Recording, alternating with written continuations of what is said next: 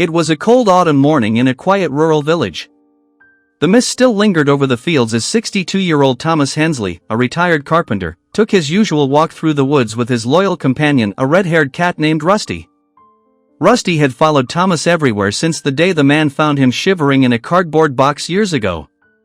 They were inseparable, man and cat, each the other's only family. That morning, the forest was silent except for the crunch of leaves under Thomas's boots. He was carrying a small basket of mushrooms when his foot slipped on the damp moss. In a terrible instant, he lost his balance, tumbling down a small ravine. The sound of breaking branches echoed through the trees. Then, silence. Rusty, startled, ran down after him. Thomas lay at the bottom, his leg twisted unnaturally, his breathing labored.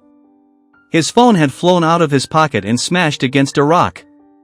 There was no one nearby, the nearest house was miles away.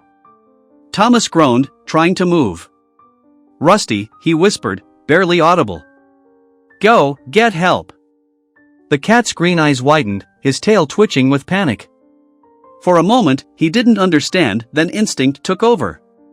He rubbed against Thomas's hand, gave a faint meow, and turned toward the path. Then he ran. Through brambles, across muddy paths, and under fallen branches, Rusty ran with all the strength his small body could muster. His paws bled as he pushed forward, driven by something deeper than instinct, the bond of love and loyalty. He had never been this far from home alone, but he didn't stop.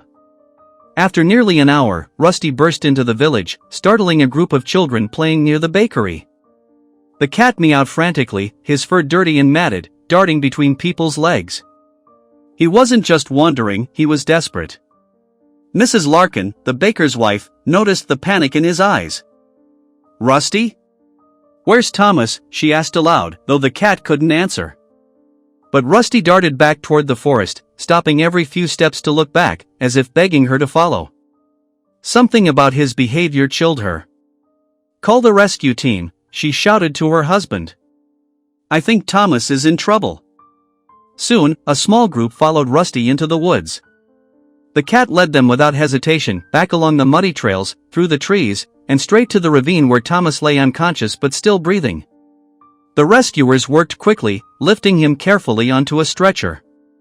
As they did, Rusty climbed onto Thomas's chest and refused to move, curling up there protectively. The paramedics had to carry them both together. Thomas survived, though he spent several weeks in the hospital recovering. The doctors said if help had arrived even an hour later, it might have been too late.